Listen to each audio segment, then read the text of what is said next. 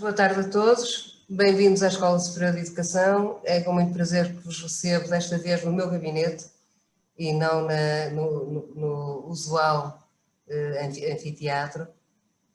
Estamos em tempos um pouco medievais e, portanto, estamos em tempos de peste, em tempos de isolamento, de afastamento. Apesar disso, conseguimos reunir-nos aqui, nestes quadradinhos todos, e fazer uma coisa que tem um nome estranho, um webinar. Já não é uma conferência, já não é um encontro, já não é um fórum, é um outro modelo que provavelmente vai marcar as nossas vidas e seguramente aqueles que são mais novos que nós. Claro que eu não vos vou tomar muito tempo, queria dar-vos as boas-vindas, queria dar os parabéns à Comissão Científica, da qual me excluo neste momento, apesar de lá estar, porque todos os outros. Dar também os cumprimentos à Comissão Organizadora, que tem sempre muito trabalho com estas coisas e neste novo modelo certamente que teve ainda trabalhos acrescidos, ou pelo menos novos. E sobretudo, não é sobretudo, mas também com muita força, agradecer aos alunos, a esse grupo de alunos que nos vai habituando, em todos os cursos, mas neste especialmente, a estarem muito presentes na organização destes encontros. Saúde também esta grande capacidade que esta tecnologia também nos permite, de repente termos Espanha, termos o Brasil, termos Portugal, fazermos deste encontro um encontro internacional, realmente internacional, com oradores importantes e vários, inclusivamente os portugueses, muitos oradores. São 2 dias, portanto é um programa longo, um programa de peso, e o tema é um tema certamente aliciante. É um tema muito ligado às questões do património, como não podia deixar de ser, e traz assim uns ecos quase poéticos. Eu li alguns dos textos, inclusivamente o texto muito bonito que a Fátima Lambert faz logo ali assim na apresentação. É um tema que permite a investigação, permite que a ciência esteja presente, mas que é muito difícil, a história, sem dúvida, mas que é muito difícil estar longe da poesia. A poesia com muita facilidade se aproxima desta temática. As filosofias, quase podemos pensar nas filosofias orientais, o que é curioso, porque este caminho de Santiago faz-se com base nas estruturas da cristandade, não é? da Idade Média, e de repente temos aqui um novo paradigma de caminho, que certamente vem também dessa origem, mas que leva à introspecção, que leva ao encontro do peregrino com si próprio e com a comunidade de que faz parte, agora uma comunidade alargada. Perdeu-se de algum modo, ou diluiu-se o caráter religioso, mas não se perdeu o caráter espiritual, digamos assim, julgo eu, estou a falar daquilo que é por intuição quase. É um tema, estava eu a dizer, aliciante, é um tema que junta muitas pessoas em torno dele e que tem essa pluralidade de abordagens. Eu falei de algumas, é uma pluralidade plural, se assim podemos dizer, passando o pleonasmo. Tenho muito gosto em ter cá um brasileiro, julgo que ele fará o caminho de Santiago de uma forma um bocadinho mais difícil que nós, tem um oceano a atravessar primeiro, portanto saúdo o nosso colega brasileiro, que vem do outro lado do Atlântico, e dito isto, não vos faço perder mais tempo. O caminho faz-se caminhando, não é? É o peregrino que faz o caminho não existe, não é prévio, só depois de se caminhar é que o caminho se constrói, e julgo que será assim que também vai acontecer neste encontro. Vamos caminhar, provavelmente vamos caminhar por pensamentos diversos, e espero que seja um bom caminho. Longo vai ser, percebeu? São 2 dias, mas faz parte deste tipo de peregrinação. A peregrinação é longa, é árdua, mas tem, como eu espero que este encontro tenha, a faceta do encontro, da diversão e do conhecimento, que é sempre um prazer também. Quero agradecer também ao Augusto Lemos, eu esqueci-me, pela exposição que fez ali no nosso átrio da escola, é o professor António Fernando Silva que o apoiou na montagem, nessas coisas, e ele que é nós conhecemos bem, ele pertence, é professor cá da casa, e ele é um viajante, o Augusto Lemos, e de vez em quando também é peregrino, que é um viajante diferente. E, portanto, obrigado, Augusto, pelas suas imagens, que são o testemunho de um dos caminhantes.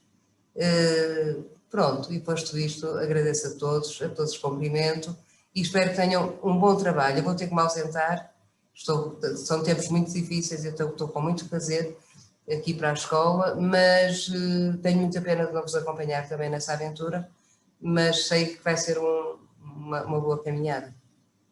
Então, boa tarde e bom trabalho.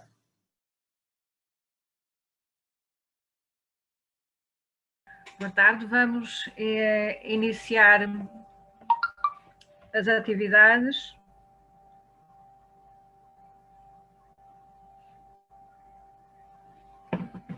Já estou autorizada a falar, espero que me ouçam. Vamos iniciar as atividades e agradecendo desde já a apresentação e a abertura oficial deste webinar, que irá decorrer iniciado agora pela professora Prudência Coimbra, a nossa presidente aqui da Escola Superior de Educação, e este webinar, ia dizer seminário, não é seminário, este webinar irá decorrer hoje de tarde e amanhã também de manhã e de tarde, portanto estejam atentos e fiquem connosco. Antes de mais, os votos de boa saúde a todos e agradecendo, enfim, se me permitem, a toda a equipa que tem estado a trabalhar, portanto a comissão organizadora, que é integrada pelo Augusto Lemos, que é integrada pela Catarina Sampaio e pela nossa colega também, Maria João Moreira, e a toda uma equipa de alunos que têm sido extraordinários, quer estudantes do 3º ano da licenciatura de Gestão de Património, quer também os estudantes do mestrado em Património, Artes e Turismo Cultural. E compete-me apresentar eu o professor João Manuel Monterroso Monteiro. Bem-vindo. Bem-vindo. E obrigada por ter aceito ser o keynote speaker, fazer a abertura desta conferência. É uma honra para nós ouvi-lo, depois de o ter lido já várias vezes durante muitos anos, e vermos-nos de alguma maneira torna tudo mais humano. Vá. Eu vou apresentar sucintamente o professor e de qualquer forma avisar que há um livro de resumos que vai estar disponibilizado e onde podem, com mais calma, conhecer melhor os currículos, as notas biográficas dos nossos convidados. Uma apresentação breve. O professor João Manuel Monterroso Monteiro é professor titular de História da Arte na Faculdade de Geografia e História da Universidade de Santiago de Compostela. Até 2002 foi professor titular de Conservação de Património, História de Arte e Desenho na Universidade da Coruña. Foi diretor do Departamento de História da Arte entre 2013 e 2008 e decano entre 2008 e 2016.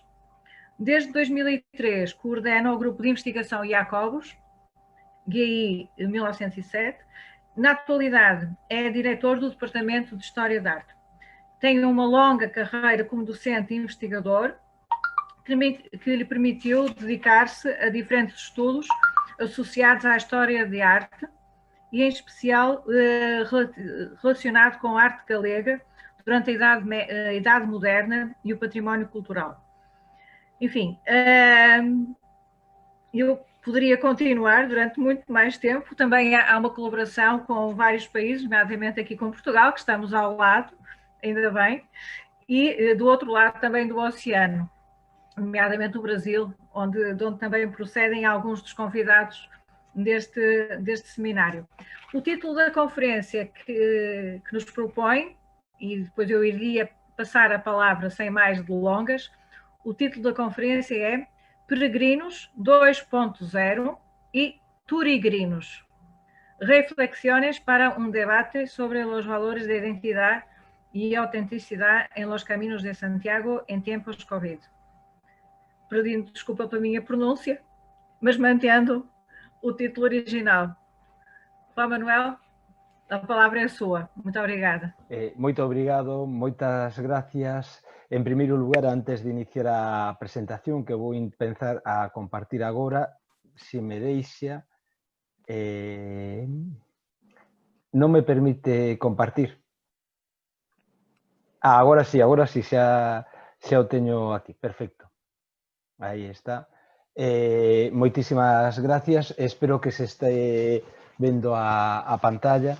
Dar as gracias pola invitación a participar tanto a Fátima, Lambert como os demais membros do INET e tamén, lóxicamente, pola oportunidade de compartir este webinar, que é un espacio que para moitos de nós resulta novo, pero empeza a ser xa de algún xeito habitual.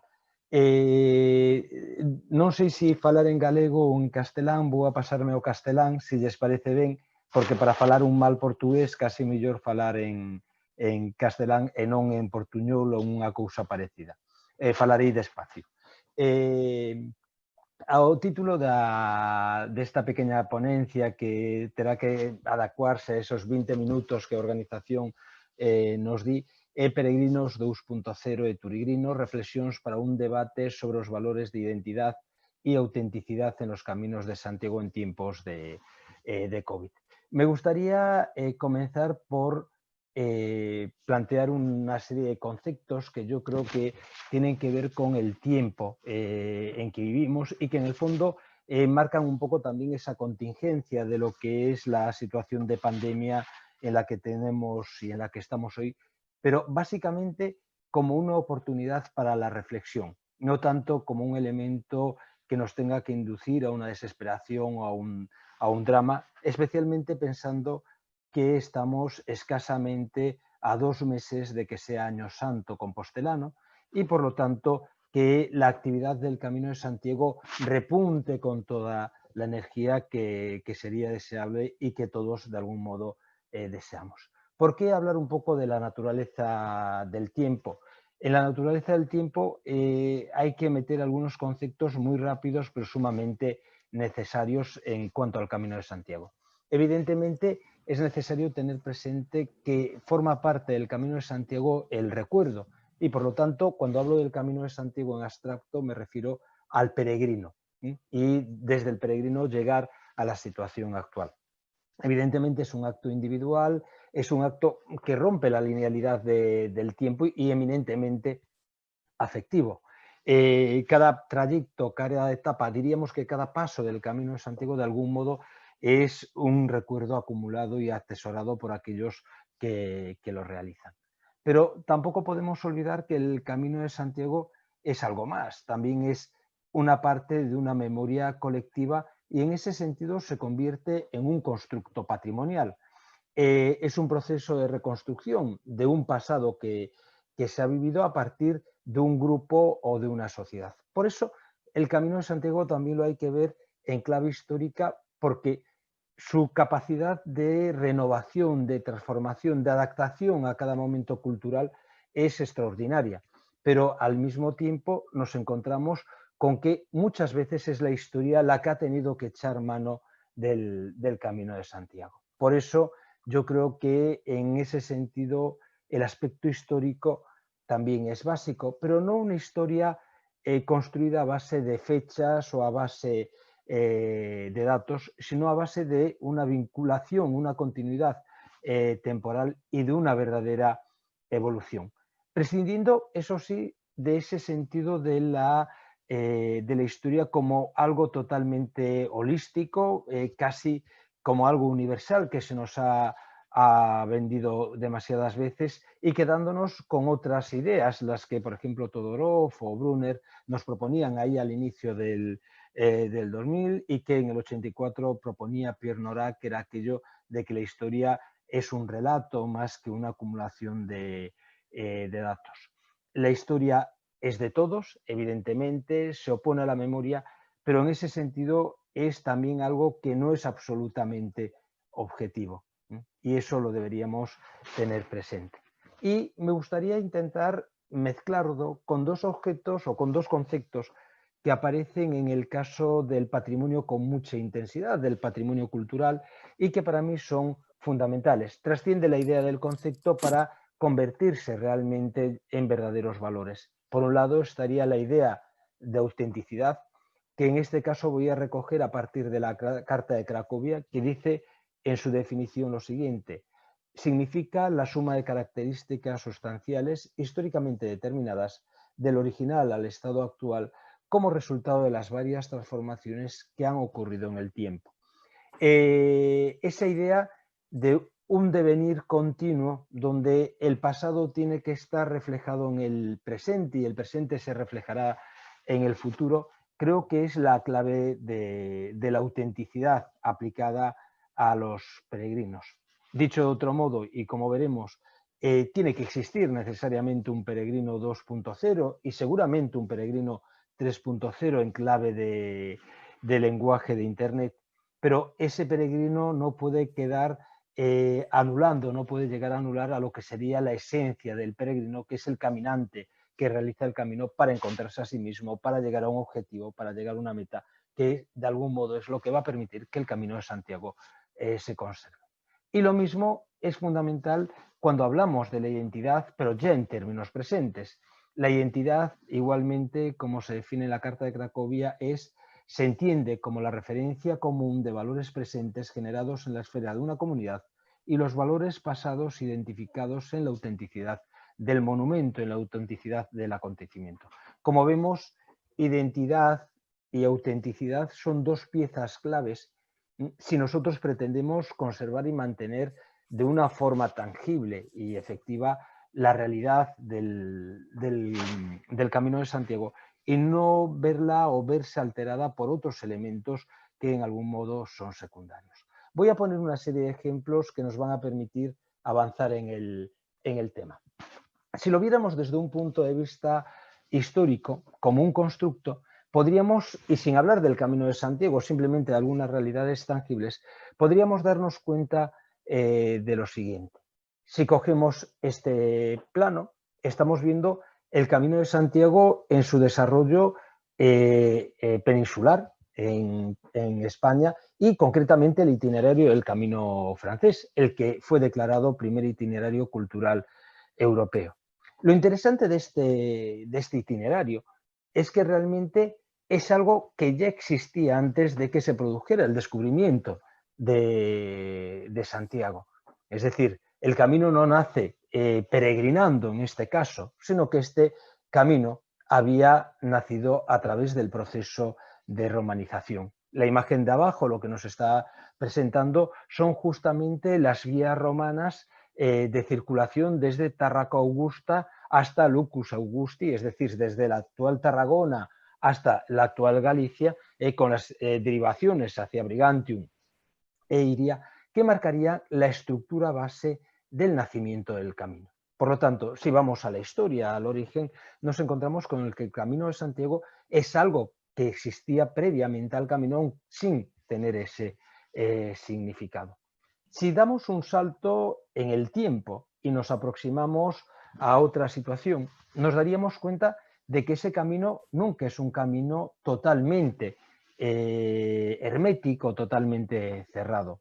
Lo que ven en la imagen son las rutas a la altura del siglo X comerciales entre Al-Ándalus y el norte de la península ibérica. Y como vemos, hay ciertos puntos neurálgicos que vienen a coincidir perfectamente con la ruta del Camino de Santiago: León, Burgos, Logroño. Es decir, el Camino de Santiago tiene una dimensión evidentemente religiosa, no la podemos cuestionar, es la que la va a definir, pero el Camino de Santiago también tiene una contingencia histórica que en este caso nos mostraba esa conexión con el mundo islámico, con el mundo musulmán, que era justamente aquello contra lo que nacía e iba a competir. En este proceso de constructo, en este proceso de elaboración, el juego con el tiempo es muy fácil. Si damos el salto ya definitivo al siglo XX, nos encontraríamos con que el Camino de Santiago ha sido y ha dejado de ser esa línea roja que vemos marcada, esta línea que marca el camino francés, para convertirse desde la perspectiva de la comunidad de la Unión Europea en una red de caminos. Una red de caminos que, como vemos, se irradian hacia toda Europa, Italia, llegan a Inglaterra y, por supuesto, aunque con más profundidad de la que aparece en el mapa, se marcan a través de una ruta que deberían ser 3 en el caso de Portugal e incluso, fijémonos, que se incluyen rutas históricas diferentes. La ruta que lleva de Sevilla justamente hasta Astorga es conocida como la Ruta de la Plata, debido a que desde ahí llegaba la plata americana, pero también es conocida y es el origen real como la Ruta de los mozárabes. E incluso llegamos a tener un Camino de Santiago que sale desde Madrid, lo cual no deja de ser hasta cierto punto algo sugerente, aunque históricamente no sea tan sostenible. Pero la idea de este constructo, esta idea de constructo a partir de una idea, la podemos reflejar también en otro punto, en esa vocación europeísta que realmente la Unión Europea le ha dado al Camino de Santiago y que vuelve a venir a través de la historia. Podríamos hablar de que existe una ratificación histórica dentro del camino, perfectamente reflejada en una tradición, que es la de Carlomagno. El Códice Calistino nos presentaba un sueño europeísta de Carlomagno, en el cual Santiago se le aparecía para incitarlo a la reconquista de los territorios peninsulares, de ahí que salgan con todas sus fuerzas, y recuperar el sepulcro de Santiago, es decir, Tierra Santa, que estaba en manos de infieles. La razón de la presencia de esta ratificación histórica es que justamente de esta idea, de esta imagen, que realmente es una imagen puramente política, no lo olvidemos, pensemos que en el momento, a la altura del siglo IX, en Europa había un imperio claramente definido, que era el imperio carolingio de Carlomagno, y por otro lado había unos reinos emergentes, que eran los reinos asturianos, que en el caso peninsular estaban sometidos a la presión de esa conquista. De hecho, buscar esas alianzas, esos apoyos, permitió que se iniciara el proceso de reconquista de una forma muy clara. Tenemos que recordar algo que es puramente anecdótico. Los caballeros españoles, a diferencia de lo que ocurría con los de otros lugares de Europa, no tenían que ir a hacer la Santa Cruzada a Tierra Santa, a Jerusalén, sino que bastaba con que estuvieran luchando y defendiendo esa tierra justamente en la península. Y ahí se produce una de las simbiosis más interesantes que suele ocurrir dentro de la tradición del Camino de Santiago. Carlomagno lleva aparejado automáticamente una tradición que es evidentemente la de Roncesvalles y justamente la del cantar de Roldán con el cantar de Gesta. A través de múltiples símbolos podríamos perfectamente visualizarlo. Es el caso, por ejemplo, de los hilos del silo de Carlomagno, donde se ubica la piedra de Roldán en el momento en que rompe sus tímpanos tocando el olifante. Es lo que aparece a lo largo de la tradición del camino, por ejemplo, en escenas como este capitel de Loyola, donde lo que se representa es la lucha entre el gigante Ferragut y Roldán, que en el fondo no deja de ser un trasunto de otra historia de origen bíblico, como es la lucha entre David y Goliat. Y de hecho, si nosotros viajásemos a Roncesvalles actualmente, nos encontraríamos que en su escudo sigue estando presente el olifante, las mazas, lo que sería la espada e incluso el estribo de la montura, y que se conserva, por supuesto, ese olifante. Todas estas tradiciones, bueno, olifante, por cierto, que si lo observan en detalle, no deja de ser más que un trabajo de Boraria procedente del mundo oriental. Lo interesante de todas estas consideraciones sobre la ratificación histórica del camino es que necesariamente nos tienen que poner y llevar al momento presente, al siglo XX. Y es en ese siglo XX donde, si me lo permiten, me voy a detener un poco más dentro de la explicación. ¿Por qué? Porque esa idea de que Europa es una oportunidad a tiempo, de que es una ratificación histórica, también puede convertirse en una ratificación ideológica. El Camino de Santiago, como lo conocemos hoy en día, podríamos intentar buscarles multitud de orígenes. Podríamos plantearnos que ese Camino de Santiago procede de algo como sería el descubrimiento por segunda vez de las reliquias de Santiago a finales del siglo XIX, pero nos estaría llevando demasiado lejos y realmente no respondería al espíritu de nuestro tiempo. Yo creo que hay dos momentos históricos fundamentales a la hora de definir cómo el Camino de Santiago entra en el imaginario europeo por segunda vez con la fuerza que ha entrado y qué es lo que lo está definiendo ahora. El primero de estos es el reconocimiento de su valor universal. Ese texto aparece recogido justamente en la homilía o en la locución que Juan Pablo II hace sobre Europa en la Catedral de Santiago el 9 de noviembre de 1982. Es muy interesante porque es la respuesta contemporánea, actual, al sentimiento de construcción de la Unión Europea que íbamos a descubrir o que vamos a descubrir con el paso del tiempo. Y de pronto el Camino de Santiago se convierte en un valor de unidad, en un valor de identidad, en un valor explicativo de aquellos elementos comunes que tiene el Camino de Santiago y que todos los europeos deberíamos poseer.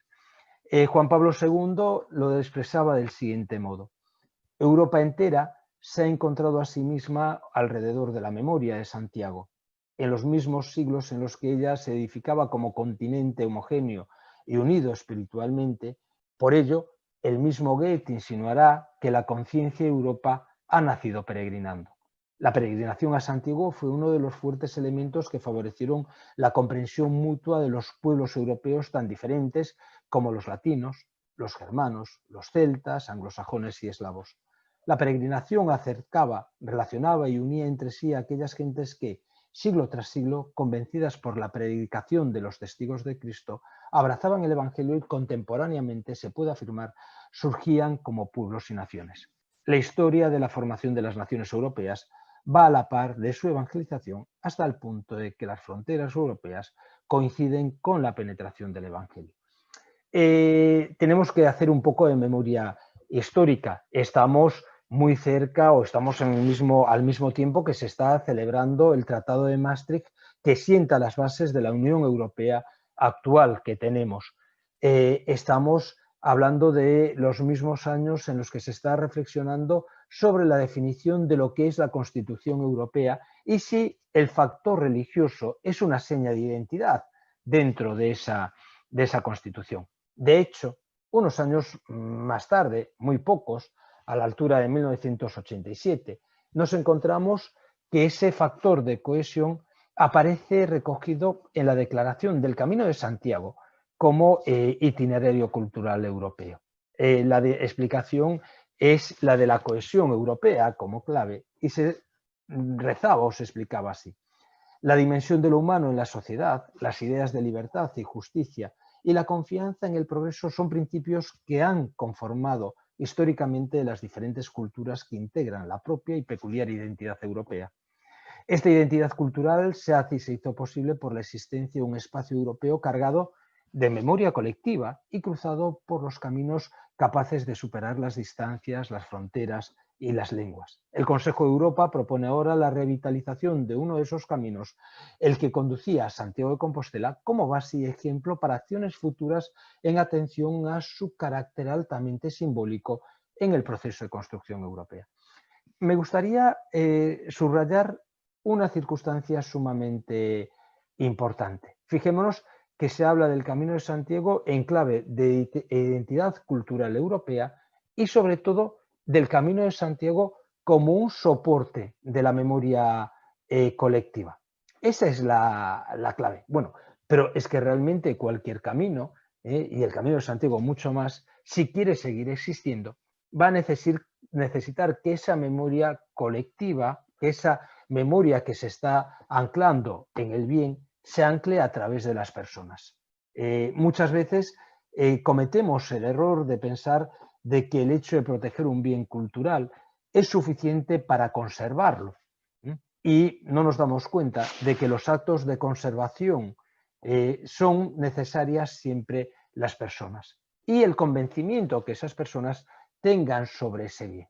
Esto nos lleva, evidentemente, o de una forma bastante natural, al tercero de los aspectos, que es las opciones y las dudas que hoy en día puede plantearnos a nosotros la gestión del Camino de Santiago.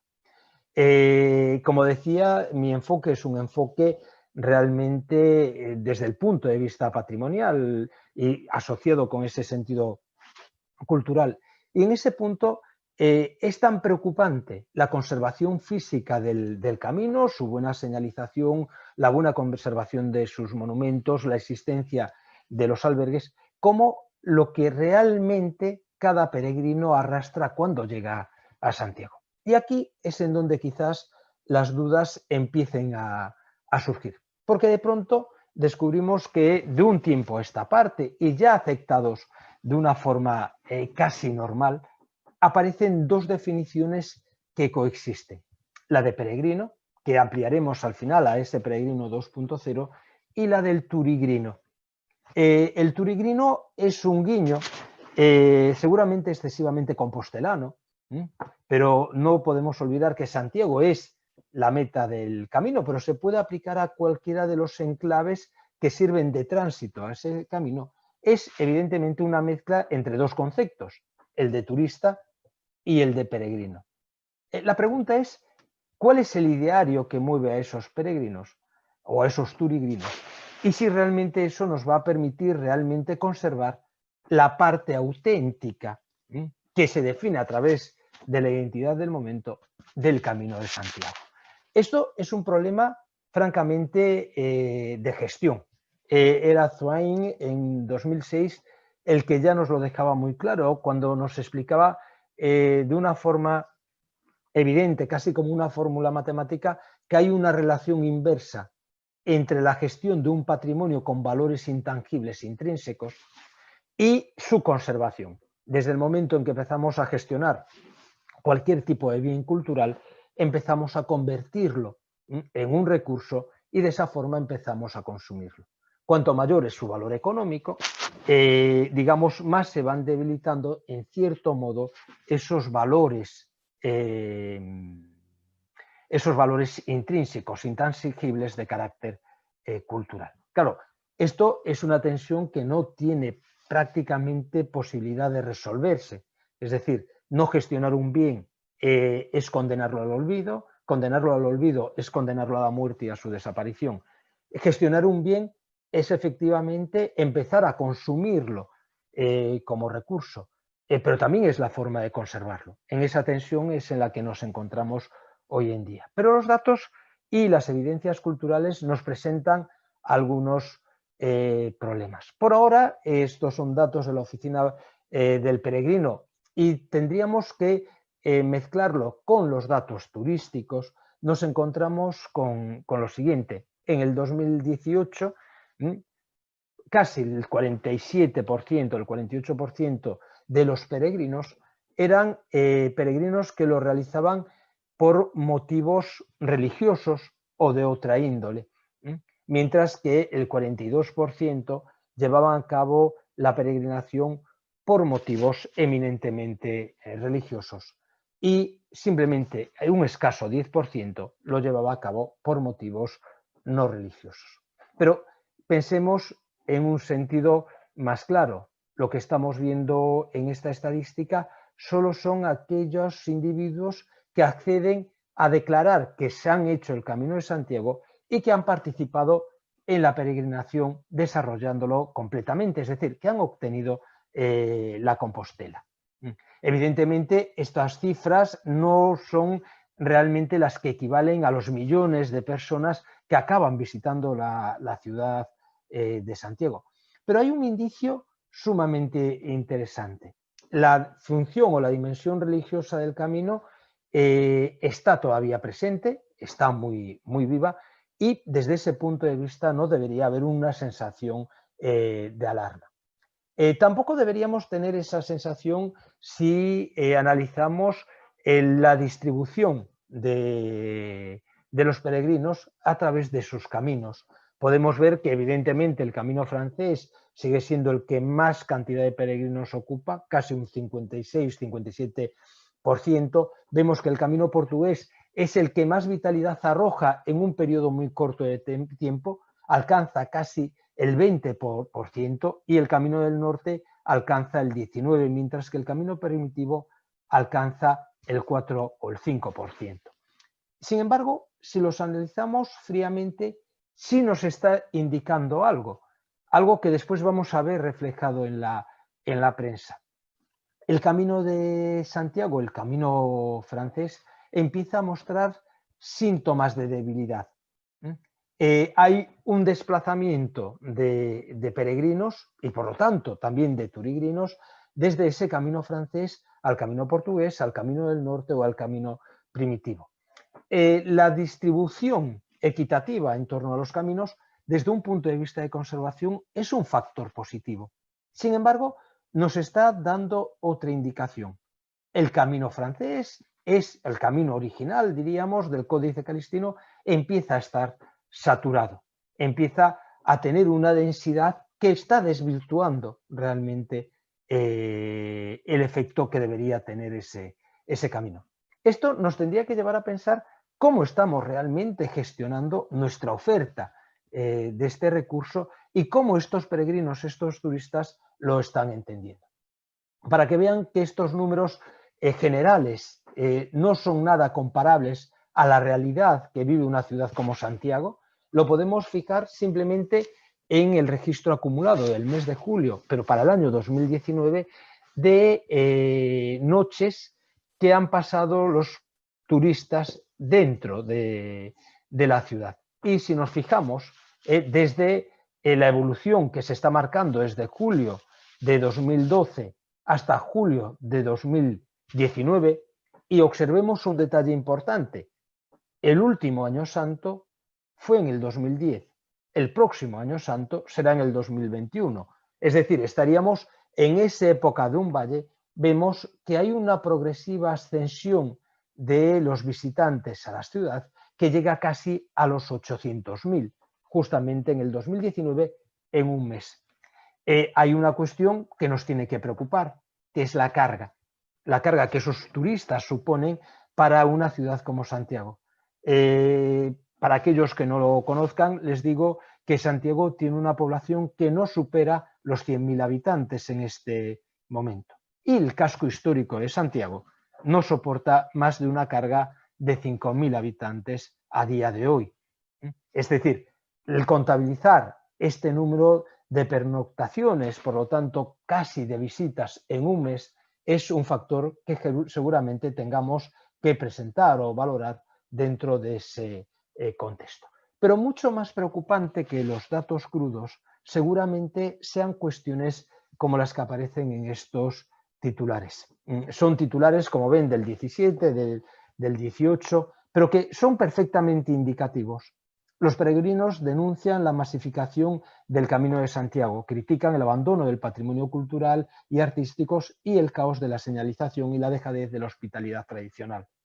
Al margen de la crítica, evidentemente, fijémonos cómo se introduce el factor de la masificación como un elemento a tener en cuenta dentro de la explotación del camino como recurso. Y realmente aquello que era una fortaleza, la hospitalidad, se está convirtiendo en un elemento totalmente amenazado. Del mismo modo que otra fortaleza, nuestro patrimonio cultural y artístico a lo largo del camino, empieza también a verse debilitado. Para que vean que no es solo de un lugar, el Compostela Cultural dice en otro titular: está el Camino de Santiago masificado. ¿Cómo ha sido su experiencia en este verano? Más de 200.000 peregrinos marcan un nuevo récord en el Camino de Santiago, pero ¿hasta qué punto es sostenible este modelo? La pregunta es totalmente pertinente, sobre todo si lo aplicamos ya no solo al camino, sino a cada uno de los enclaves sobre los que pasa el camino. Quizás estos tiempos de COVID, de pandemia, que han relajado muchísimo la opción. Hago un paréntesis mínimamente publicitario. Si quieren ver Santiago de una forma buena, este es el momento, porque está realmente perfecto por muy poca gente. Y en el país se decía, la masificación de gente desvirtúa el Camino de Santiago. Y se recordaba que no era ni una ruta de trekking ni nada parecido. Claro, el problema es que nuestra sociedad, con sus valores, está introduciendo nuevos valores en el Camino de Santiago y en la conciencia del peregrino. Y eso es un factor que tendremos que ir trabajando con el paso del tiempo. Veamos algo curioso, noticias que se traslucían, pero que ahora podemos ver. Son muy tardías, o sea, son muy antiguas, son ya del 98, pero siguen estando vigentes. El Camino de Santiago sufre una excesiva cuantificación. El peregrino ya no deja de ser alguien al que se recibe con hospitalidad, sino que es un recurso económico. El titular: los hoteles de Santiago están al 100% de su capacidad en el Día del Apóstol, es algo que pasó en 1998 y que no ha vuelto a pasar. Pero sobre todo hay un proceso de preocupante banalización sobre el Camino de Santiago, que va desvirtuando su autenticidad. Siempre la pongo, es una imagen más bien anecdótica, pero tiene su gracia partiendo de la base que la prensa nos transmite realmente los valores de la sociedad actual. Dice: el sheriff de Chicago se vistió de peregrino y prometió hacerse fiel al marisco y al ribeiro. Es decir, mezclar ribeiro, mezclar gastronomía con la peregrinación, al final es un buen enganche comercial, pero realmente al final está simplificando demasiado lo que es una compleja realidad como es la del Camino de Santiago. Pero no solo lo hace la prensa. Yo les propondría que observaran esto. Esta es la Compostela, es decir, el certificado que desde el siglo XIX se les concede a los peregrinos que realizan el Camino de Santiago. Es el que se sigue dando. Pero junto a este ha aparecido este otro, que evidentemente es un diseño más contemporáneo, más bonito, que conste que no estoy realmente en contra de que se cambien los diseños, faltaría más, pero a mí hay algo que me pone hasta cierto punto nervioso. De pronto aparece un factor cuantitativo. Se valora el Camino de Santiago en función a los 775 kilómetros realizados. Y nos olvidamos de algo muy importante, es decir, para hacer el Camino de Santiago no hay que llegar a Santiago, curiosamente. Si uno hace el Camino francés, se puede quedar en San Francisco de Ponferrada de Villafranca del Bierzo, y no pasaría nada. Es decir, la Compostela se gana tan pronto se han hecho 100 kilómetros. Por lo tanto, la cuantificación es convertirlo ya desde la propia institución en un proceso hasta cierto punto banal. Y eso realmente es quizás lo más preocupante. A eso habría que añadirle otro elemento en el cual las tecnologías no nos están ayudando. Las tecnologías son muy útiles y han servido de una forma extraordinaria para el Camino de Santiago, pero en una encuesta que hizo el CETUR en su momento aquí, se indicaba que una de las máximas preocupaciones que tenían los peregrinos actuales y que se quejaban mucho es de que durante el Camino de Santiago no había buena cobertura para los móviles. Eso nos está hablando de que de pronto quizás uno de los valores fundamentales de hacer el camino, que era encontrarse a uno mismo, buscar una experiencia interior de la índole que fuera, ha desaparecido. Y de pronto descubrimos noticias como esta. El peregrino 2.0 llega a Pola. Este es a través del camino primitivo. Es decir, ya no estamos solo desvirtuando la esencia de hacer la peregrinación, que al final es lo que nos tiene que preocupar, sino que estamos convirtiendo el peregrinaje en un acto compartido a través de las redes que en cierto modo entra en contradicción. Es evidente que no podemos ir contra lo que dictan los tiempos, pero sí podemos reflexionar sobre ello. Entra en contradicción con esa idea del Camino de Santiago como un proceso de autoencuentro, de introspección, de reconocimiento de uno mismo. La foto no deja de ser exactamente la misma idea de banalización que veíamos antes en el caso del policía de Chicago. Y han empezado a aparecer también algo muy interesante como son las redes sociales de peregrinos. Algo que es curioso, que durante el camino se hace. Los peregrinos se encuentran, coinciden, alternan unas etapas con otras y de pronto parece que la presencia de la red va a permitir una interrelación que nunca va a poder sustituir a la interrelación personal. Y eso mismo, por ejemplo, lo veíamos en el diario de Valladolid cuando empezaban a planificar métodos para llegar a ese peregrino 2.0. Este punto quizás sea el más interesante y más útil de toda la peregrinación de carácter virtual a través de Internet. Han proliferado muchísimas aplicaciones en este sentido que nos lo explican. La guía del camino nos permite localizar albergues, saber cuánto dura cada etapa, etc. La de Mi Camino permite justamente obtener toda esa información a través de cada uno de los elementos, y la de Realidad Aumentada, RA Camino de Santiago, nos permite a través del smartphone obtener el significado de cada uno de los monumentos, de cada uno de los elementos que identifiquemos a través del objetivo de nuestro teléfono móvil. Fijémonos que son experiencias, son oportunidades, son alternativas muy, muy interesantes que nos hablan de la posibilidad de usar la red dentro del Camino de Santiago, pero sin que eso suponga una merma de esos valores de autenticidad o de identidad.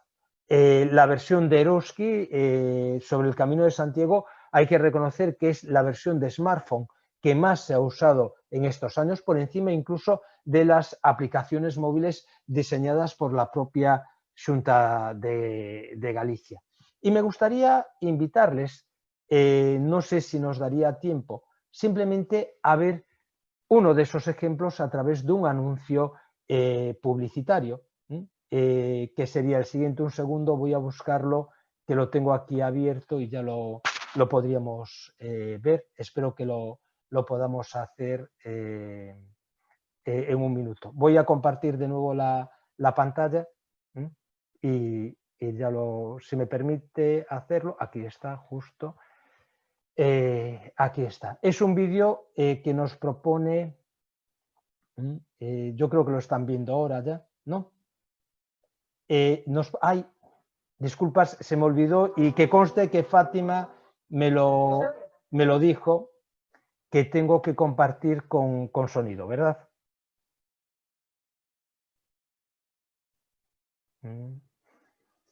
Un segundo, estoy aquí. A ver si...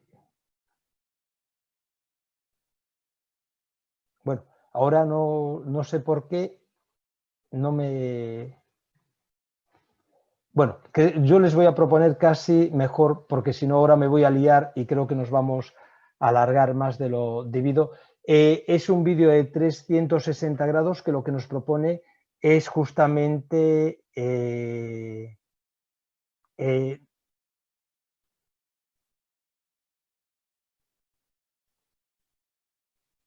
nos propone, no sé si estoy, Sofía, ¿me puedes decir si estoy hablando? Sí, ¿no? No. Sí, Sí, sí, no pero- estás, no. Escuchamos, pero bueno, Bueno, no sé, hice No algo, sale. ya quise jugar demasiado con el aparato y no me ha salido. Bueno, simplemente quería concluir y pido perdón por este último corte, diciendo que esa imagen del 360 es muy interesante, es un anuncio editado de una aplicación editada por el Ministerio de Cultura, pero en donde se introducen toda una serie de factores publicitarios que no tienen nada que ver ya con la esencia del camino. Simplemente para concluir, indicarles esa reflexión, esa necesidad de empezar a plantearnos, aprovechando la situación que se ha creado, cómo debemos realizar la peregrinación y hasta qué punto las redes, que sí son útiles para muchas cosas, realmente tienen que tener ese valor vinculado con la memoria, con la historia y con el recuerdo. Muchas gracias y pido disculpas de nuevo por este pequeño fallo al final de la comunicación. muchas gracias, Diogo. Muito obrigada. Nada. Y fue un placer escucharlo. Quizás si podría copiar el weblink de YouTube para Sí. que podamos mirar después Perfecto.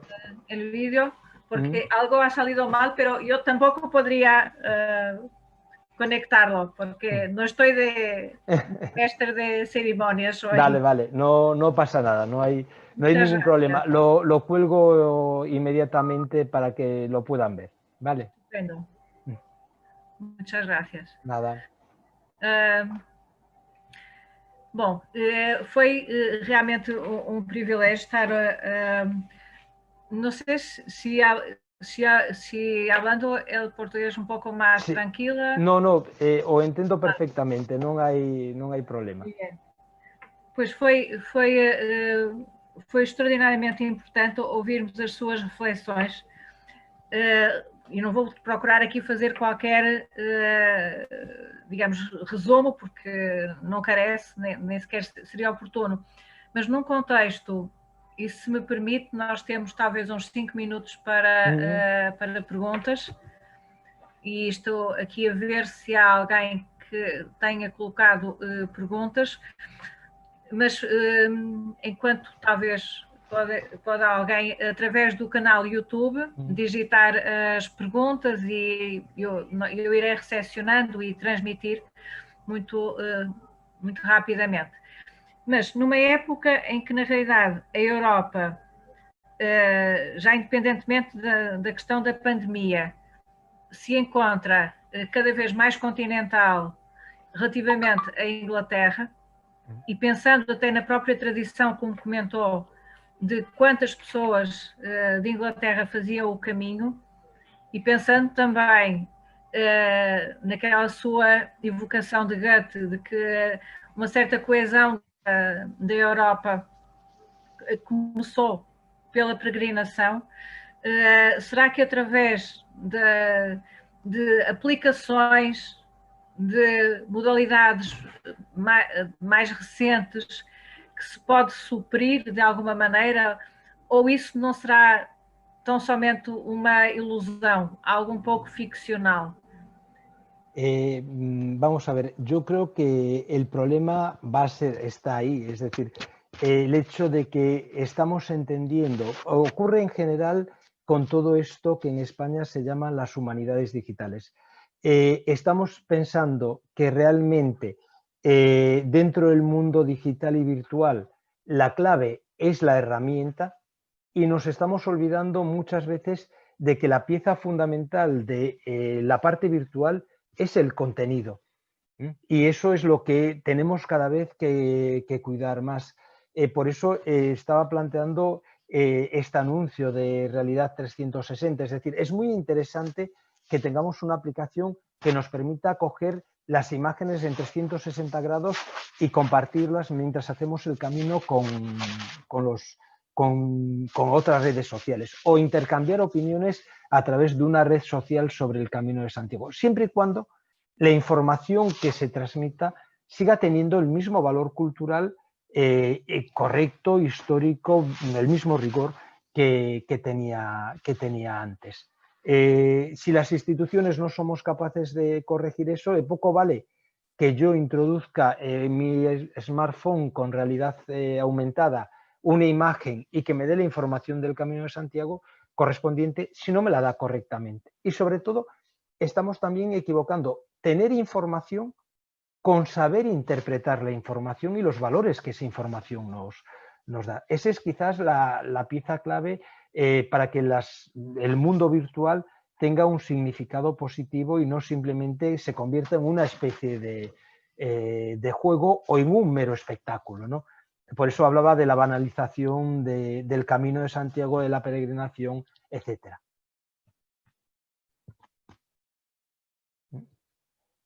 Yo creo, estoy viendo dos preguntas. Sí, hay una unas preguntas.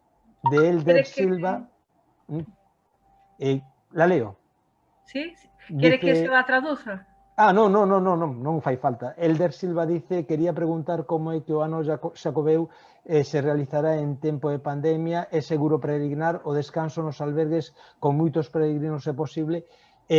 Vamos a ver, aún está por definir en estos momentos. El Camino de Santiago en sí se va a poder hacer sin ningún problema. La seguridad en la peregrinación, si se respetan las normas, se mantiene.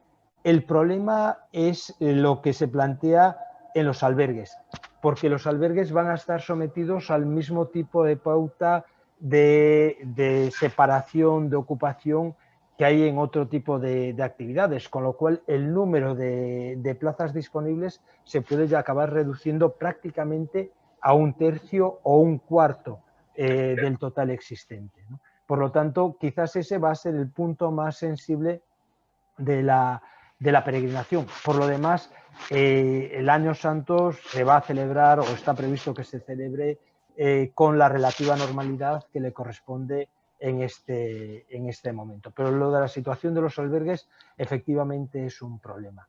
Y la segunda es, sea en Santiago o encontro, cruzamento entre outros peregrinos unha vez que en Ano Santo Xacobeo e sempre con motivo de grande festa é seguro permanecer para vivir esta grande festa. Ahí yo haría el mismo llamamiento que se hace o que hacen las autoridades. Es posible celebrar una grande festa, una fiesta, pero evidentemente sin ningún tipo de contacto. Es decir, el factor clave va a ser siempre la responsabilidad individual. Eso va a ser la clave para que el Año Santo pueda tener no el mismo impacto que otros años, pero que sí siga cumpliendo la misma función que ha venido cumpliendo a lo largo de estos siglos.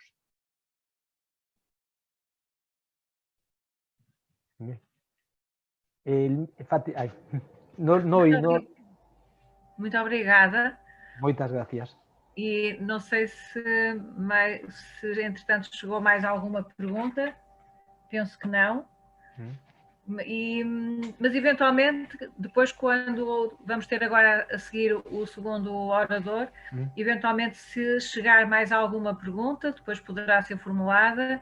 Perfeito. E também é só avisar, é que realmente estas conferências vão ficar no canal YouTube do INED Investigação e, portanto, nós vamos lá deixar também um endereço de e-mail, do e-mail dos Caminhos de Santiago, se houver depois alguém que queira formular alguma pergunta, nós reencaminharemos, quer para o professor João Manuel Monterroso Monteiro, quer também para qualquer outro dos comunicantes.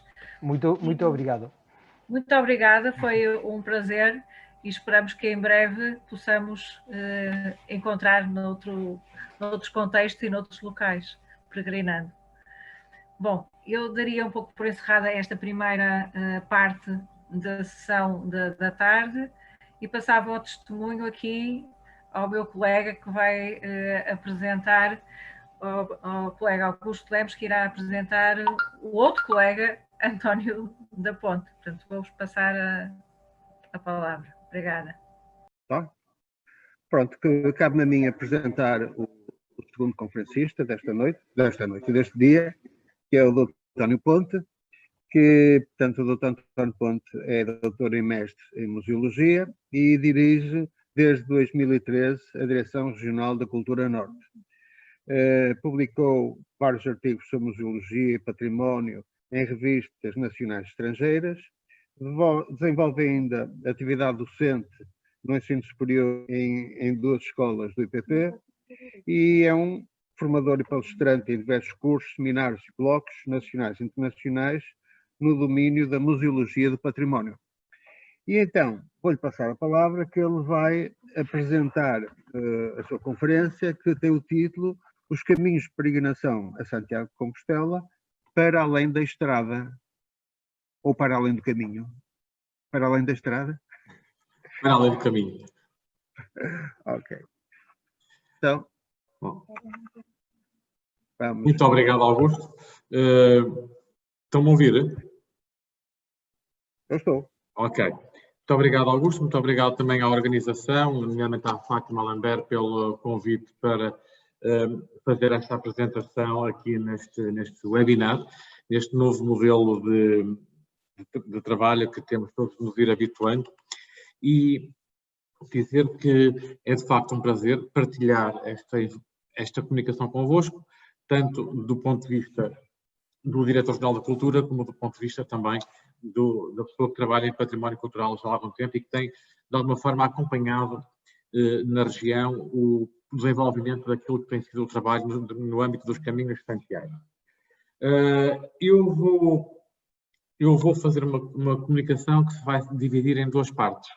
Uma primeira parte, que é uma abordagem mais conceptual à questão do património cultural e ao modelo de patrimonialização, porque é também disso que se trata, é a patrimonialização do caminho ou a patrimonialização do peregrino, como diz o próprio título do seminário, e depois uma abordagem mais específica aos caminhos de Santiago e ao trabalho que tem sido feito nos últimos anos no âmbito da qualificação, da requalificação e da salvaguarda dos caminhos de Santiago em Portugal e, muito especialmente, no norte do país. E, portanto, pedia também, eu penso, não sei se há Augusto, se há Fátima, que se eu, por alguma razão, ultrapassar o tempo que me está, ou quando estiver perto do final do tempo, me deem um sinal, porque com a conversa pode ser que me distraia. E dizer também que acompanhei, como eu estou a acompanhar 2 reuniões em simultâneo e fui acompanhando a comunicação do colega espanhol e espero poder também dar alguns contributos para algumas reflexões de questões que foram levantadas na conferência anterior e, portanto, sem termos de alguma forma combinado, eu penso que há aqui pontos de confluência que serão importantes de partilhar. E começo precisamente por abordar a questão, quando nós falamos de património cultural e quando abordamos a questão do caminho como património, nós abordamos o património e cada vez mais abordamos o património percebendo que ele é reflexo de um ato cultural, é reflexo de uma vivência cultural, de uma manifestação cultural e que refletirá sempre 3 conceitos. O conceito de tempo, o conceito de espaço e o conceito e a pessoa. Portanto, não há património cultural sem haver vivências de pessoas em tempos e em espaços. O património cultural, de alguma forma, configura a materialização, o resultado da ação das comunidades, das sociedades, do homem enquanto espécie, na sua atividade de adaptação ao tempo e ao espaço em que vive. E é nesta percepção que nós vamos encarando cada vez mais o património cultural e a sua abordagem. E, portanto, hoje, nós, quando pensamos em património cultural e quando pensamos em cultura, pensamos precisamente em 3 outros conceitos. O conceito de autenticidade, o conceito de experiência e o conceito de diversidade. E, associado a estes conceitos, há um outro que me parece essencial e que vai de encontro a uma das questões que se colocava agora na conferência anterior, que se prende com o facto de as vivências, as práticas e se as aplicações de multimédia, os programas de multimédia, de alguma forma, podem substituir a experiência física.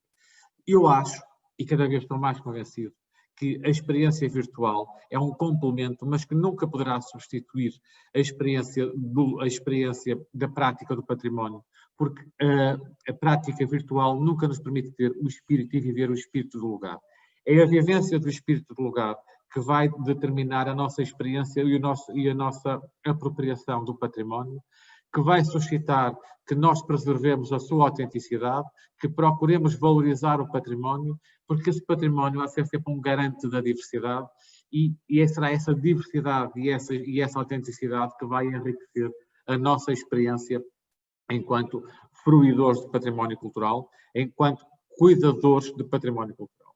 Portanto, nós temos sempre de ter, por um lado, consciência de que este património é, como eu referi inicialmente, o reflexo de uma ação humana, mas é ele próprio que esse próprio património cabe-nos a nós enquanto agentes de proteção e também às comunidades, considerando que a salvaguarda do património é uma responsabilidade coletiva, não é só uma responsabilidade das entidades públicas, é uma responsabilidade coletiva, privada e pública, de garantir a sua autenticidade, de preservar a sua diversidade, como garantia de uma experiência mais enriquecedora.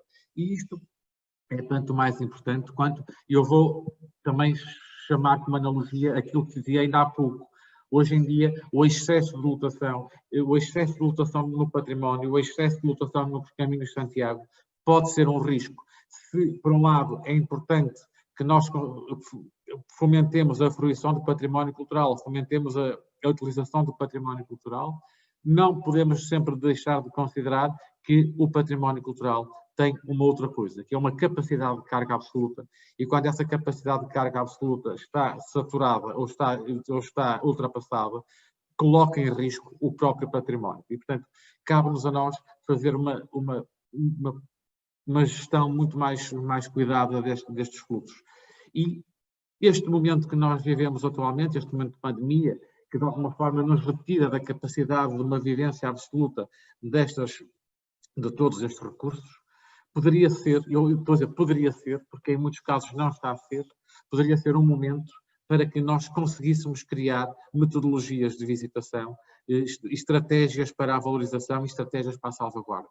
Era essencial nós não estarmos daqui a uns anos a ter a mesma conversa que tínhamos há 6 meses atrás ou há 9 meses atrás, quando nós dizíamos o excesso de turismo, a turistificação, a gentrificação, e não aproveitamos um momento como este para refletir, repensar e reordenar aquilo que possa vir a ser a vivência do património cultural. E, portanto, quando nós pensamos em património e em patrimonialização, estamos a pensar num conjunto de outros conceitos. Estamos a pensar que patrimonializar é, acima de tudo, reconhecer, patrimonializar é diferenciar, é escolher um bem em relação e valorizá-lo em relação ao outro, é gerar, ao promover esse reconhecimento que implica a difusão de um conhecimento, a transmissão de um conhecimento, nós estamos, por um lado, a procurar que as comunidades se identifiquem com esses bens patrimoniais, porque ao criar essa identificação, nós vamos gerar um sentimento de pertença que é essencial para que o património seja salvaguardado de forma universal.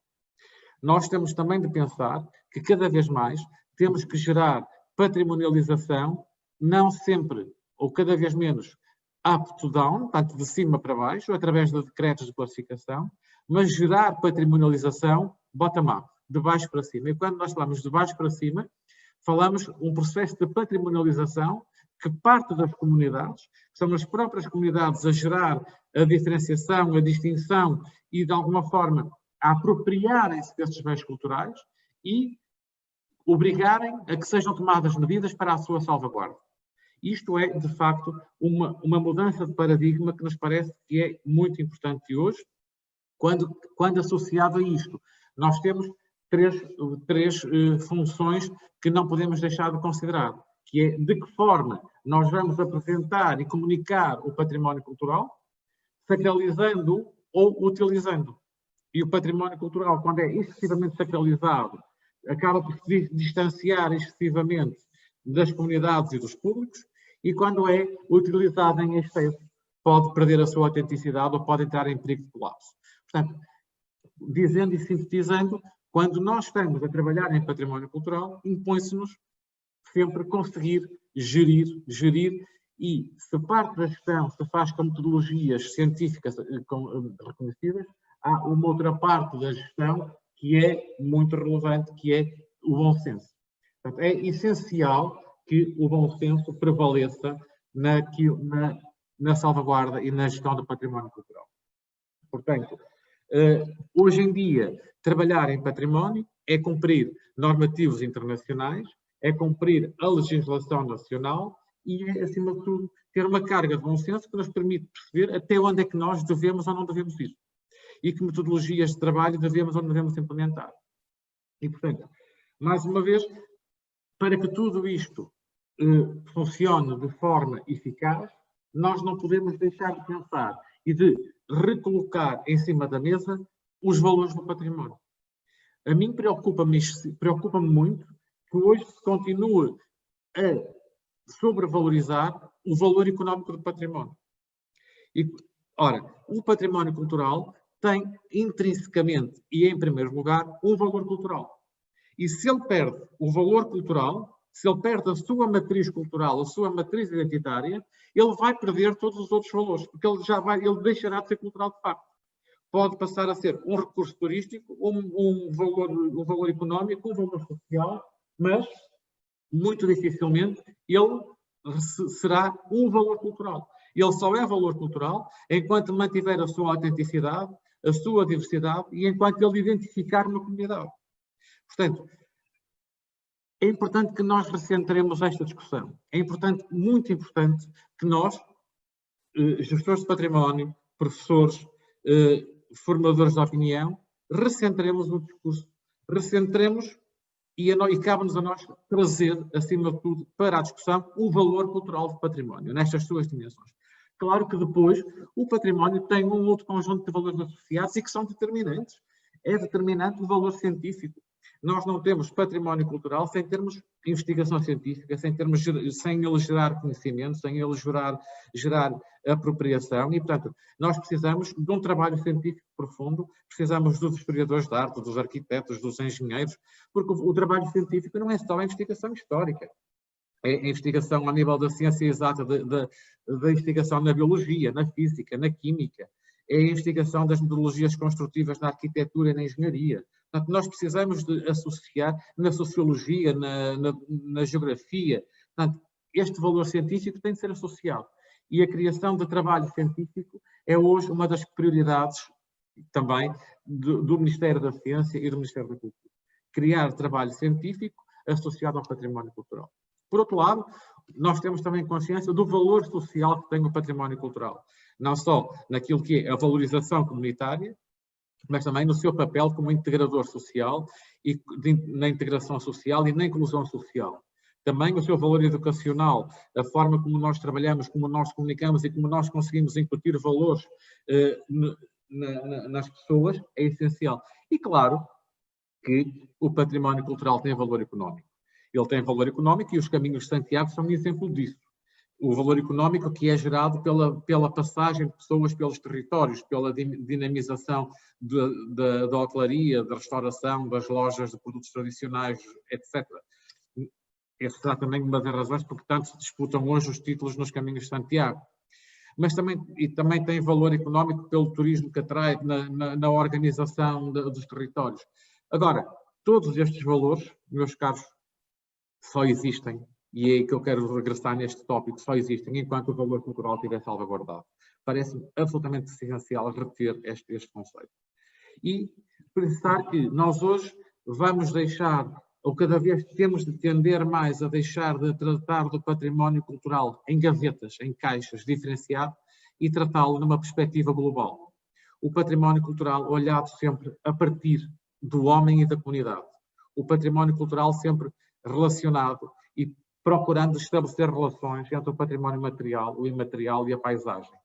Porque só neste conjunto, ele só existe porque existe este conjunto esta trilogia de fatores e nós precisamos de os estudar sempre relacionado, criando conhecimento para que com esse conhecimento criar afeto e pertença e desta forma gerar essa dita salvaguarda que eu falava atrás. E, portanto, é este processo de reconhecimento, conhecimento que deriva da investigação e o reconhecimento que gera identidade e memória, é dessa forma que nós conseguimos gerar a salvaguarda e desta forma valorizar os recursos. Porque, de facto, nós podemos ter recursos patrimoniais, mas não temos necessariamente recursos culturais. E esses recursos patrimoniais só passarão a ser recursos culturais na medida em que nós lhe conseguirmos criar valor. Um valor ao nível do acolhimento, ao nível da interpretação e ao nível de todos os outros valores que identificamos atrás. Assim sim, quando nós conseguimos trabalhar o recurso patrimonial e adicionar-lhe um conjunto de valores, um conjunto de outros fatores, nós poderemos ter um recurso cultural, na medida em que eles vão funcionar como identitários, como potenciadores de construção de conhecimento. Mas nem sempre o recurso cultural é uma oferta cultural. Portanto, se nós percebemos que um recurso patrimonial se pode transformar num recurso cultural, um recurso cultural também terá de sofrer um processo de construção para que se transforme numa oferta cultural. Esta construção obriga a que se lhe associem a divulgação, ou a promoção, a construção de valor de difusão, para que ele de facto se organize como produto. E, portanto, há aqui um processo de transformação que cada vez mais se exige ao património, aos valores culturais, que nós não podemos deixar de considerar e de equacionar no nosso trabalho presente e para o futuro. E, olhando a estes pressupostos que aqui acabei de apresentar e que peço desculpa se parecem extemporâneos, mas eu acho que eles são verdadeiramente essenciais para nós analisarmos aquilo que são os conceitos do património e de que forma é que depois nós encaramos a gestão do património e de que forma é que nós encaramos a salvaguarda do património, porque, como dizia o colega anterior, nós corremos riscos. Corremos riscos absolutos de excesso ou de carência. O património cultural tanto se perde por excesso de visitação como por carência de visitação. Estamos sempre em polos complicados. O que se nos compete é, de facto, criar uma relação de aproximação e uma relação de equilíbrio. E hoje, todos nós reconhecemos a importância dos caminhos de Santiago naquilo que é a gestão do património cultural. Os caminhos de Santiago têm sido muito trabalhados, têm sido cada vez mais valorizados, cada vez mais frequentados. Já vimos os dados atrás e é por isso que, se nós combinarmos para as nossas comunicações, acho que se conjugam muito bem. Nós encaramos os caminhos de Santiago, como refere o José Antunes da Silva, como um bem do património cultural que nasce como um caminho de fé, mas que rapidamente se transformam em vias que facilitaram o intercâmbio cultural. Por eles passaram, ao longo dos séculos, incontáveis peregrinos de todos os países da Europa e hoje do mundo, contribuindo substancialmente para o intercâmbio de pessoas, ideias e bens. E, portanto, esta matriz de aproximação cultural é uma das matrizes mais relevantes do Caminho de Santiago. Porque se, ao mesmo tempo, eles difundiram ideias, eles foram também caminhos, autoestradas de difusão de valores estéticos, de estilos arquitetónicos, de doutrinas teológicas, de sistemas filosóficos, etc. E nós percebemos isso de forma muito, muito clara quando percebemos que, ao longo destes caminhos, se nós vemos surgir todo um complexo sistema de infraestruturas que vão desde igrejas, a conventos, a hospitais, a albergues, a hospícios, como forma de acolher os peregrinos, lhes prestar assistência espiritual e também assistência na saúde. E, portanto, este caminho de peregrinação é, de facto, uma expressão essencial da cultura da Europa e marca de forma indelével, de forma absoluta e definitiva, aquilo que é a construção da identidade coletiva da Europa, como uma manifestação que não distingue pessoas, géneros ou posições sociais. E depois de terem sido reconhecidos como o primeiro itinerário cultural do Conselho de Europa em 87, os caminhos de peregrinação a Santiago de Compostela têm-se vindo a afirmar como um dos principais elos da relação da cultura europeia. Ora, como todos sabemos, desde o primeiro terço do século IX, quando as peregrinações a Compostela começaram, nós vemos nascer todo este sistema que ao longo dos séculos se tornará o verdadeiro fenómeno de caráter histórico, cultural e de relevância universal, com referências já desde o século XII. E como vos disse, eles transformar-se-ão num meio de comunicação, um local de encontro de culturas, gerador de vida social e económica, que resultou na construção de um sistema de cidades e vilas e na transformação da paisagem que permitiu a construção de uma nova geografia que merece cada vez mais referência. E, portanto, o itinerário cultural é visto hoje como um circuito, todo um sistema ligado à ideia de Europa. E, se isto era importante no passado, torna-se verdadeiramente essencial no presente.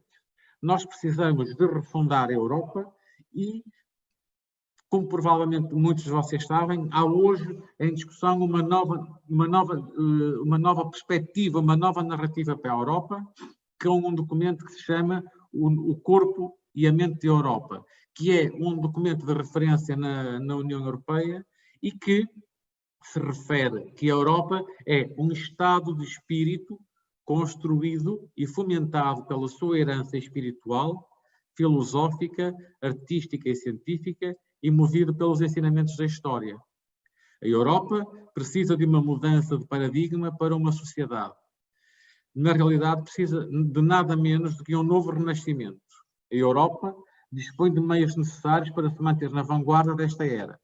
Deve igualmente posicionar-se como um expoente mundial de um estilo de vida sustentável e ser uma força impulsionadora e inspiradora, tanto na concepção como na aplicação de uma agenda global para o desenvolvimento sustentável.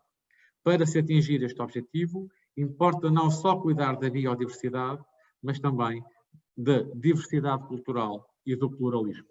E, portanto, a Europa é construída, como todos nós sabemos, ao longo de séculos de diversidades e de pluralismos culturais. E é essa matriz diversificada, trabalhada por São Bento, trabalhada pelos caminhos de Santiago, que hoje nós herdamos e que nos compete revalorizar, refundar e não permitir que a Europa se baseie em fundamentalismos políticos, sociais, culturais ou que provoquem radicalismos. Se os caminhos de Santiago nos ensinam alguma coisa, é também a democracia e a diversidade cultural. É a tolerância e o contacto. É o contacto entre diferentes realidades culturais, o contacto entre diferentes tipos sociais. E, portanto, hoje o nosso objetivo enquanto entidades públicas, mas também de um conjunto enorme de associações, confrarias, irmandades, centros de investigação, é o estudo e a divulgação dos caminhos de Santiago, a sua projeção na história europeia e a sua essencial utilização na construção de um novo paradigma europeu, na construção de uma nova ideia de Europa que se baseie nos conceitos de Europa democrática, plural e com uma diversidade cultural verdadeiramente relevante. E, portanto, assim, nós vemos todo um conjunto de estruturas internacionais a reconhecer os caminhos de Santiago como essenciais e como determinantes. Portanto, logo à partida, como o primeiro itinerário cultural do Conselho de Europa, em 1987, e, portanto, este texto diz-nos o quê? Que a fé incentivou os peregrinos durante a história e os reuniu num objetivo comum, acima de diferenças e de interesses nacionais, leva-nos neste momento a continuar ao longo deste caminho para construir uma sociedade baseada na tolerância, no respeito e na liberdade. Ora, a Comunidade Europeia, na sua Declaração dos Ministros da Cultura de 17 de maio de 93, reconheceu como um património cultural comum da Europa. O caminho atingirá o seu universalismo depois, com a Declaração da Unesco, reconhecendo em 93 como herança universal da humanidade. E o ICOMOS defende defende este enquadramento como itinerário cultural quando diz que os caminhos de Santiago são uma via de comunicação terrestre delimitada e que possui uma dinâmica e funções históricas próprias ao serviço de um fim concreto e determinado. Enquanto itinerário cultural, reúne as seguintes condições: testemunha movimentos de pessoas e trocas de ideias, conhecimento e valores entre povos, países, regiões ou continentes, ao longo de períodos significativos de tempo, manifesta-se em património tangível e intangível, integra um sistema dinâmico de ligações históricas e de bens culturais associados à sua existência. Portanto, aqui está novamente aquela relação de análise do património cultural na sua dimensão global, não só do material, mas do material relacionando-o com o imaterial e com a própria dimensão de espaço onde ele acontece. E, portanto, o papel das instituições ligadas ao património, das quais naturalmente eu estou aqui a destacar o das Direções Regionais da Cultura, porque corporizam também elas a estratégia do Ministério da Cultura, foi de mapear os caminhos de Santiago como vetores estratégicos de valorização e de desenvolvimento cultural e socioeconómico sustentável, que se situa na busca de um normativo para propor aos agentes do território novos modos de operandi e de valorização e qualificação deste património cultural comum. Ora, simultaneamente, a articulação de diversos tipos de organizações é verdadeiramente essencial. E este trabalho é feito entre as instituições do Estado, as autarquias locais, a Igreja, as associações de caminheiros, revelando-se toda esta dimensão, toda esta relação, verdadeiramente essencial para um desenvolvimento responsável, sustentável e que promova uma verdadeira valorização cultural dos caminhos de Santiago.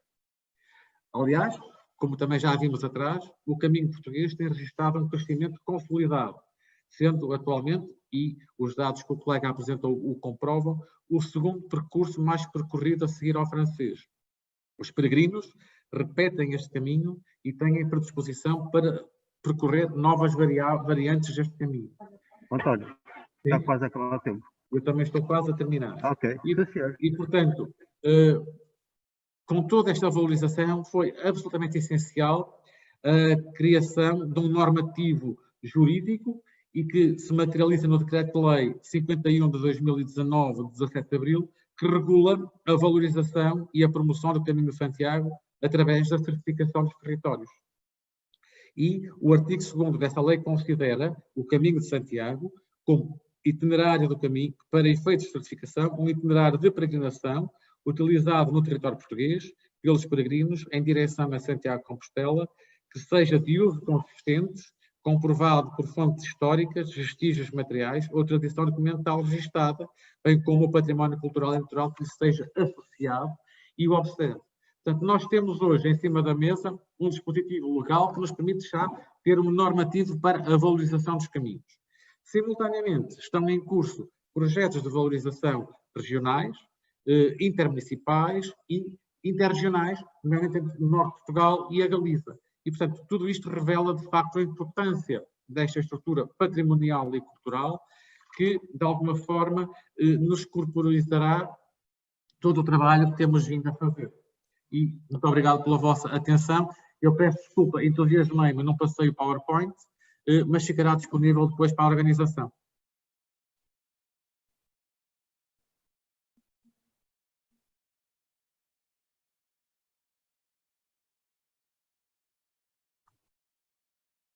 Já se ouve? Já estão a ouvir?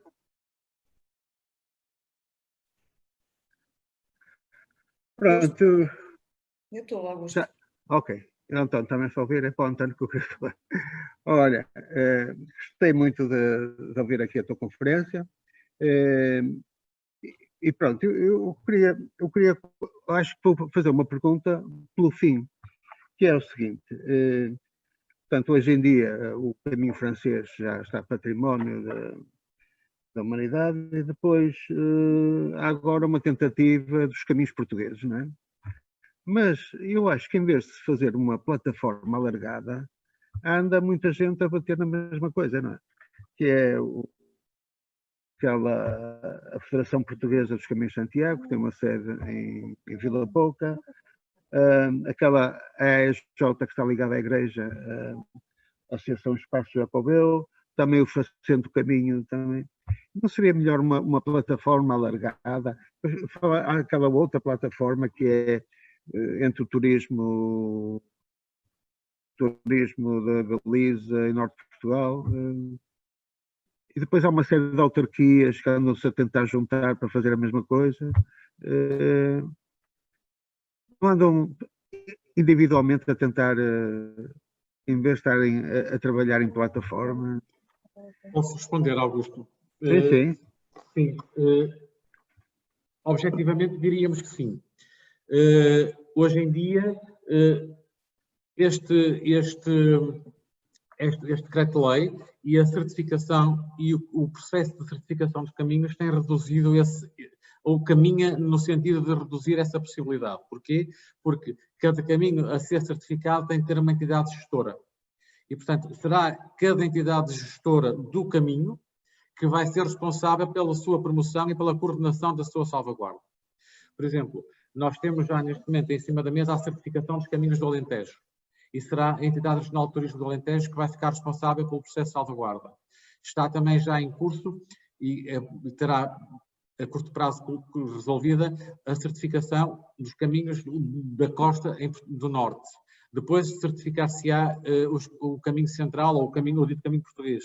Portanto, a tendência era essa, era de facto de uma pulverização excessiva entre organizações públicas e associações, não é? Entre a Federação, a Igreja, e hoje em dia o processo de certificação vem de alguma forma normalizar, criar uma espécie de um normativo que começará a centralizar. Nós não teremos a mesma figura, o modelo usado não será o modelo do Jacobeu da Galiza, mas é um modelo que de alguma forma cria entidades gestoras para cada percurso, para cada itinerário. E, portanto, de alguma forma, reduz essa potencial pulverização institucional. Eu penso que respondi. Quanto à questão, eu não falei aqui, porque, entretanto, também acabei por ultrapassar, mas estava aqui expresso. Hoje em dia, um dos processos que nós temos como, de facto, de reconhecimento é a inscrição dos caminhos do caminho português naquilo que é a lista indicativa para a inscrição no Património da Humanidade.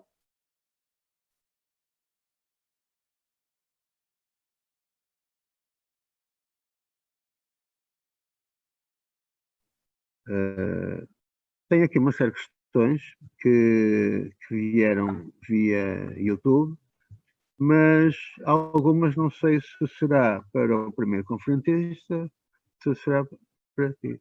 Ora, uma delas é perguntar, o Helder Silva queria perguntar como é que o ano Jacobeu se realizará em tempo de pandemia.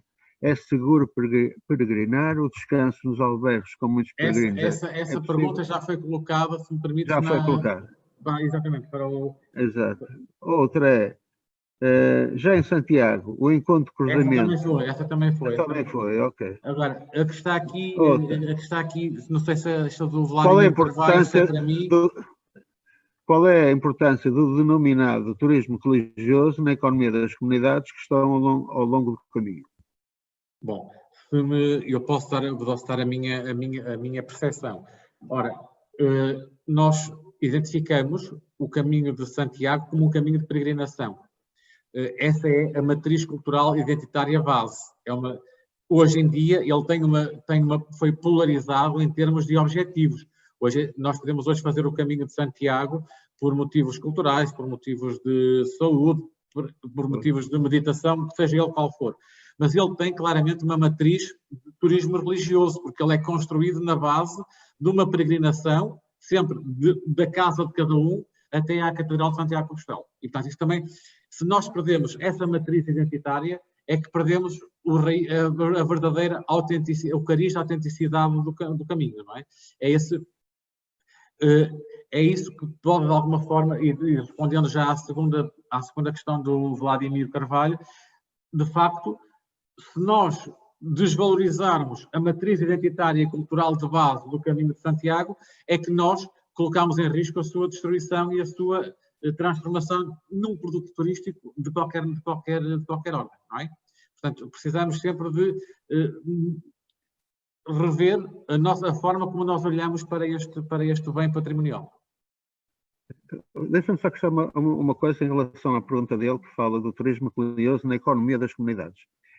Em Espanha há muitas aldeias totalmente desabitadas, destruídas. No caminho, não há nenhuma nessas condições. Ao longo do caminho... Peço desculpa, eu perdi-me na tua formulação, peço desculpa. Não, estava a dizer, era só acrescentar que ele estava a falar em relação ao impacto do turismo religioso na economia. Estava a dizer que em Espanha que há muitas aldeias que estão desabitadas, estão sem ninguém, nem nada, mas no caminho francês, por exemplo, não há nenhuma aldeia nessas condições. Ao longo do caminho, todas as aldeias, algumas com dezenas de pessoas, os negócios lá desenvolvem-se. Tem albergues, tem bares, tem lojas, etc, etc. Em relação ao impacto do caminho... Sim, estou a acompanhar. A outra questão é, há ou não alguma aculturação a desvirtuar e a desfocar a essência do caminho? Eu procurei dar essa resposta em conjunto com a anterior. Claro. Outra questão, a promoção atual dos caminhos não promove e muito mais a vertente turística, aumentando a pressão sobre os caminhos e correndo o risco assim de desvirtuar a essência do caminho. Não percebo bem, está um bocado... Sim, não, era aquilo que eu dizia, era aquilo que eu tentei abordar na minha intervenção, é que de facto se nós não olharmos para os bens e recentrarmos a forma como nós os vemos e atribuindo-lhes os valores implícitos que eles têm, de facto nós corremos o risco de os transformar em produtos turísticos de forma muito rápida, porque nós temos consciência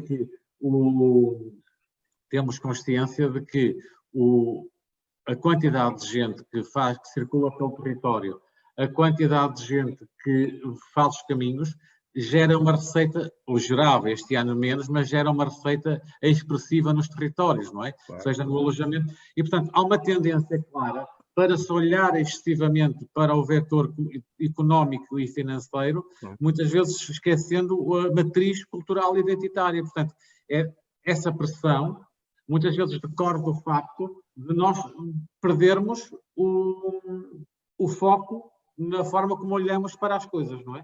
Quando não olhamos para elas na sua dimensão global. Há quem defenda que o caminho francês estava a tornar num parque temático. Com certos excessos estavam a ver. Reparem uma coisa, a discussão que coloca entre o caminho da costa e o caminho dos passadiços. Há uma confusão enorme que se gera, porque o caminho da costa não é o caminho que corre contigo ao mar. O caminho da costa é supostamente o caminho régio do Dom Manuel para Santiago de Compostela. E atualmente há um novo caminho que não tem matriz histórica, não tem matriz cultural, que é o caminho que vai do Porto quase até Viana por passadiços e que gera um equívoco. Ora, não há nada de espiritual nesse caminho, não há nada de matriz histórica. Ora, ele vai passar nas cidades, vai passar nas vilas, não é? Sim. Quer dizer, se nós não tivermos essa preocupação de recentrar e de valorizar o que é de facto valorizado, podemos perder de facto esses pressupostos. Eu aí não concordo. Eu acho que todos os caminhos tiveram uma data para começar, não é? O caminho de Leste também começou... O que eu estou a dizer é que eles não têm... O que eu estou a dizer é que esse caminho dos passadiços não tem uma matriz histórica de itinerário. Sim. Não é? Mas daqui a 200 anos já não se discute isso. Tem o seu percurso para fazer, tem o seu caminho para andar. Não gostas desse que passa à porta da tua casa, não é? Ora bem, não passa. Eu acho que não há mais nada. Então, vamos fazer agora um intervalinho de 10 minutos, porque vamos ter que mudar aqui umas coisas e daqui a 5, 10 minutos, não é? Vamos continuar com a sessão da tarde. Então, muito obrigado ao António pela sua conferência e pelas suas respostas e a todos que estão presentes até já.